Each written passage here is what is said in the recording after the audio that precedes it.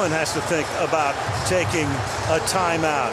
When he got down there, I thought about the timeout. I knew they only had one timeout left. And when I looked over there, I don't know, something just didn't look right. They started on, and they started off, and now... Hey, you're out! However many seconds had gone by, and I'm thinking, all right, I'm not going to take them off the hook here by taking the timeout. If they want to use it, let them use it. I said, no, just play goal line. They're going goal line. We have different goal line packages.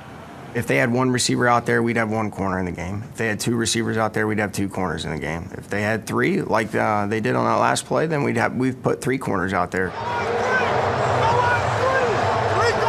It was the first time we were in that personnel group all year. The situation had never come up where we needed to use it in a game until that very last play of the season.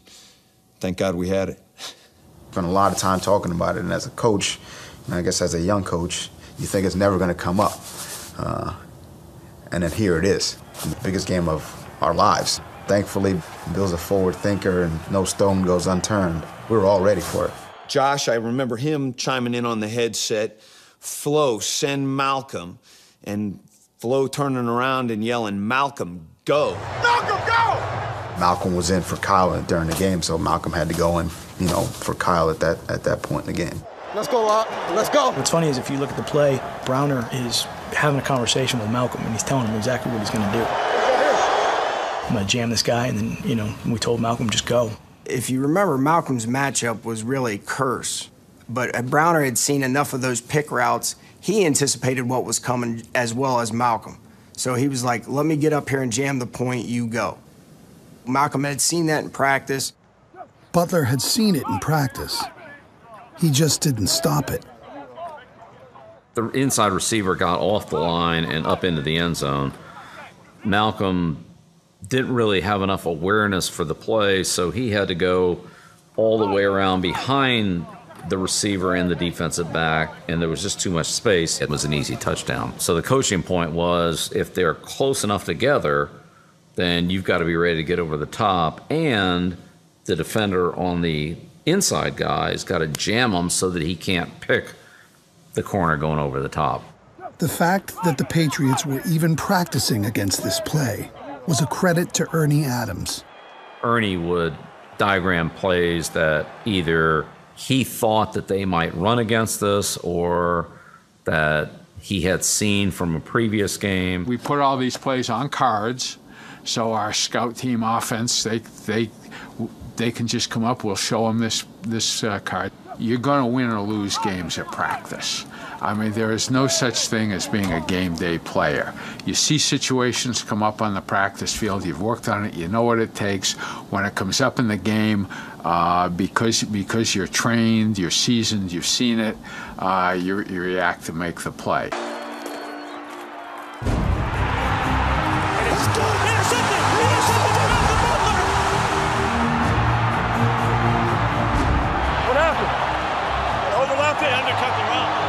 He saw the pick play coming. He did his homework, and he fired his shot and made the play of the year. Browner really had a lot to do with that play because he jammed the inside receiver and never got off the line of scrimmage, and Malcolm anticipated the play that he didn't anticipate as well in practice. I wish I could say that everything we did worked out as well as that. Obviously it doesn't, but we do try to make sure we're ready for anything that's going to come up on a Sunday. So much work went into that. I mean, I can't tell you how many guys got that same route. Jamie had it twice in practice, Chung had it about 2 times in practice, Malcolm had it twice. We went through it with everybody. You're not going to have that feeling that many times in life in general. And I remember turning around and I saw Tom's face. He looked like a child. Oh my God! We did it, John! We did it! Oh, that's awesome, man! I love it! I know how hard he works and how much time he puts in. To see him respond and react like that was worth it. It was awesome. To see those guys come through and make a play like that in that situation, in as much stress and pressure as you can possibly imagine, I mean, I don't think you really could be any prouder. You're bonded for life with that win. That's a family atmosphere. That's what makes it so special, and that's why you got a bunch of guys running out there telling you they love each other. I love you, man. You did it, bro. I love you. I love you. Bro, yo! Love you too, man. Yeah. Oh! It was raw. It was real. Love you guys. I love you too. Love you guys. The champs, baby. And I think it was unique for other people to see it, although it wasn't unique for us to hear it. I love you, buddy. We have gone well past, I'm too proud to tell somebody I love them. Love you, man. It's okay to tell the guy next to you, if you really believe it, that, man, I love you, I'll do anything for you. And that's what they have here. And that's why the New England Patriots win football games. I want to thank the great coaching staff, the players, because we are all Patriots. And tonight, once again, the Patriots are world champions. It's a team that cares about each other. There's a lot of love for each other. We've sacrificed a lot for each other, and happy for all of them. Very happy for all of them. Great job. What a win. Great job. It took every second. You damn right. Way to go. I'm so happy for you. You too. I'm happy for you. I think that shows you how unselfish he is. And again, it's just another great demonstration of how tremendous a leader he actually is. Because in the heat of the moment, there's a lot of people that want to take credit for things. Did you ever think you were going to get your hands on another one of those, Coach?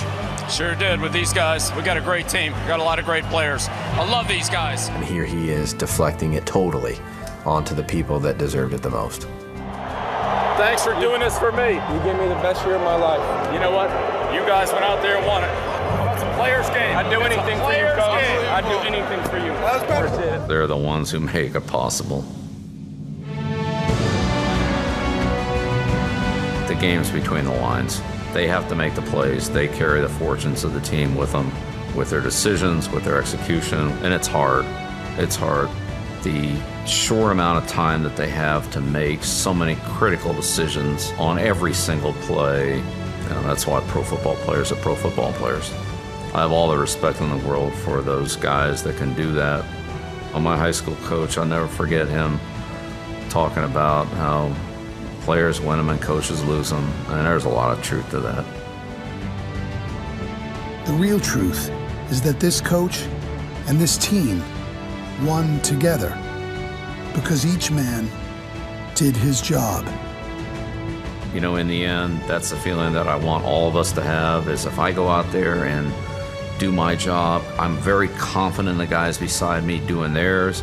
Let me go out there and do the best job I can do it, what I have to do, then that's my contribution to the team.